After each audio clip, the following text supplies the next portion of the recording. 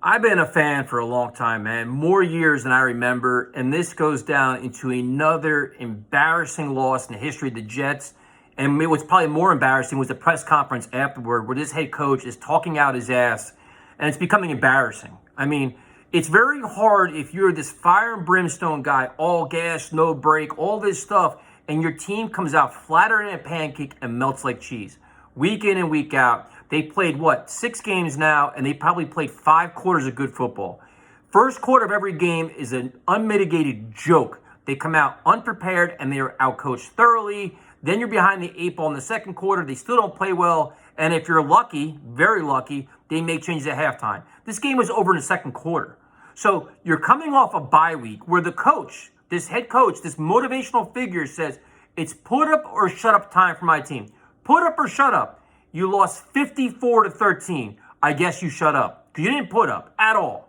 So on offense, Mike LaFleur is so far in over his head. And let me clarify this because some people just don't understand how this works.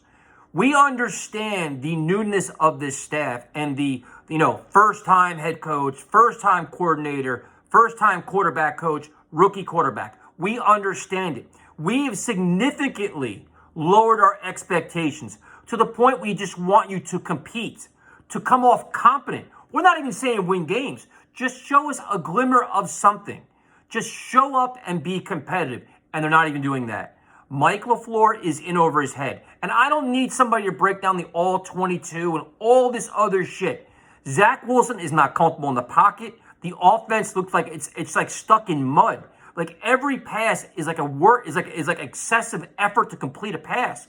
You watch Mac Jones. He's comfortable. He knows where the ball is going. The scripted plays, the easiest part of your game plan, when you've had 2 weeks to figure out what plays you're going to call, what plays work for Zach Wilson, how to get everybody settled and structured, you can't even do those right. Come on, man. I mean, this is bad. This is bad football. To show the incompetence of Mike LaFleur, you have a backup quarterback in, the left tackle gets hurt. The next play after that, they go empty backfield where he gets blitzed and sacked. Like, talk about not knowing what the hell is going on. To me, this coaching staff is in over the head. I understand it's early, everything else. They've given us no reason to believe otherwise. The offense is going backwards. This is as bad as it gets. Like, we saw bad football last year. See, the one thing about Jet fans is we've seen so much bad football. We know when we see it. This is terrible. Terrible. On offense, it's bad. There is no rhyme or reason about what's going on. The quarterback is just lost, and now he's hurt. Even worse. Which, as of this video, he's got a PCL injury. But he wasn't even playing well before that. He made some good throws. And the problem with LaFleur's offense is the little screen passes to the sideline, everything else, is the same thing we've seen in the past. Then the defense tightens their strings, and they start jumping routes because the Jets won't go vertical with it. Like, the Jets' best offense was the deep pass and penalties. That's all it was. So you saw some good things from Michael Carter. The offensive line is an absolute joke. The problem, and another point I have, is coming off the bye. The Jets, the same offensive line came back, same receivers. It wasn't like you're enduring all these injuries where it's like, oh, well, it's a makeshift offensive line. No, it's not. It's your starters. Minus Mekhi Becton, but he hasn't been playing anyway. So I don't understand how Greg Van Roten still, there's nobody being held accountable. On the 4th and 1 play, Greg Van Roten got beat so bad he almost tackled the running back himself. And there is nobody scared about losing their jobs. There's nobody scared about getting cut. There's nobody scared of nothing. Because according to Saleh, everything is okay. Like, going into the bye, he said, well, the offensive line was good. The defensive line was good. Everything was pretty good. It's just execution. And they still don't execute. There's no fear factor here. What culture are you changing when you're putting out all these mantras and not backing it up with anything? Not your play, not your coaching, not your effort, nothing. And on defense, you knew what the game plan was going to be. They were going to run the ball and feature the tight ends. We told you this on Friday, and I don't even study football. I drink beer and watch football and get figured out myself. What they do? They ran the football and featured tight ends and the running backs out of backfield, and we couldn't stop it. They ran right down the fucking throat of the Jets defense over and over and over, and it couldn't be stopped. Now I recognize C.J. Mosley's going to be out. So does that mean what? You lose your linebacker and you all quit? You're not prepared? You don't, like, Saleh keeps talking about adversity. We got to face adversity. You've been facing it and doing nothing with it. You lose one player, your defense can't stop nobody?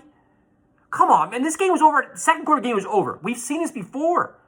So offense, they did nothing. Mike White comes in. I mean, that's your backup quarterback, whatever. If you want to think he's good or whatever, great. This is why you should have a veteran quarterback on the team. When you saw the Browns, Baker Mayfield goes out, you have Case Keenum there. You have at least a guy that can run your offense to see what you have. Now, the whole goal of this season is rebuild, grow, get better, and see what you have. Are you going to see what you have with Mike White, a quarterback? No, nothing. So Elijah Moore scored his first touchdown. Great. Also had a drop. At this point, at receiver, if you can trade Keelan Cole or Jameson Crowder at the trade deadline, you trade them. You're not using them anyway. Like, this is a dumpster fire. This is as bad as it gets. Like, the offense had, I'm truly worried this coaching staff is so far in over his head because there's just too much inexperience and they're panicking now. They're trying to make adjustments on the fly because everything is falling apart. And then for Saleh to say today that, you know what, these players all get paid, I don't have to be on their ass because they have pride and they have things to play for. Are you nuts? Like, dude, you are supposed to be this inspirational, motivational guy, all fiery, everything else. You're a zombie like Todd Bowles on the sideline, and the team feeds off that. There's no culture here. There's no accountability here. Nobody's scared of nothing. The shit is falling apart. Your quarterback's taking a beating. No arguing with the refs, no passion. Like, you know, and even the press conference afterwards, I would have knocked the podium over. Like, this nothing acceptable here. Like, stop telling everybody things are good. Stop being the player's best friend. I don't give a shit what you do in the locker room. You have to portray better than this. You got to set the tone here. It's not like you inherited a team that goes weekend, like that won 3 Super Bowls, has a winning culture. You took over one of the worst teams in football. You're losing. You just got blown out by 40 fucking points. Don't tell me how things are good, how things are okay, and it's execution. You've got to be better than this. Saying shit in the press conference doesn't impress me. Breaking the goddamn podium wouldn't impress me. Being animated on a sideline wouldn't impress me. To be a zombie is not impressive. You got to hold guys accountable. On defense, what happened to the defensive line? What happened there? Quinton Williams, Rankins had a terrible penalty on 4th and 1 or 3rd and 2, whatever the hell it was. Dude, this is a disgrace. What do you want me to say? I mean, I know people are going to be like, oh, it's early, they're rebuilding. There are so many red flags right now that are smacking us in the face. And what happened is that Titans win, that little glimmer of good things where the Titans were decimated by injuries is the only thing we're holding on to because everything else has been bad. You see little things that are okay, and we embrace it because we're so desperate for positivity. And even Saleh today, he's trying to talk about how, well, Mike White did good, and we ran out of humans in the 4th quarter. Dude, the game was long over by then. You were so far outcoached and outclassed by then, it didn't even fucking matter. If you brought in the goddamn fans from the stands to play football for you, it would have made no difference whatsoever. You were getting just thoroughly beaten to shit. So what do you say? Now you got to play the Bengals. I mean, the problem right now that I have with this team is I'm truly concerned about the coaching staff. They're holding nobody accountable. They don't seem prepared. They're being outclassed or outcoached.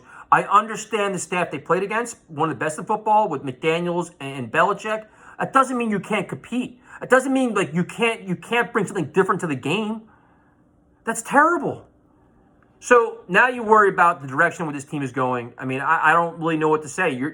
They're starting to justify losses. They're making too many excuses for my liking, and it's not fun to watch. That's the most important thing. Like, you watch young teams in the NFL, you want something that you can embrace, enjoy. Like even the Jacksonville Jaguars, their fucking coach is out bumping and grinding and doing shit, but you know what? At least they're giving you something to watch. They're playing competitive football. Dan Campbell was fucking crying in his press conference. You know what? At least they're giving you competitive efforts. There's something out there.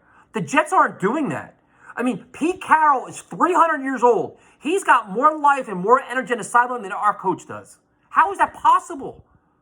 This is supposed to be the new age Jets, the new era Jets, all gas, no break. The bend but don't break defense, they bend and they break. And there's no gas. They're out of gas. They're out of cliches. They're out of talk. They're out of everything. The final statement is this. He said we're going to put up or shut up. They should all shut up now. Woody Johnson, enough with the fucking tweets. I don't care about uniforms. I don't care about shit. I don't care about your sale in your jet shop. I don't care about anything. We're a laughing stock again. 54-13.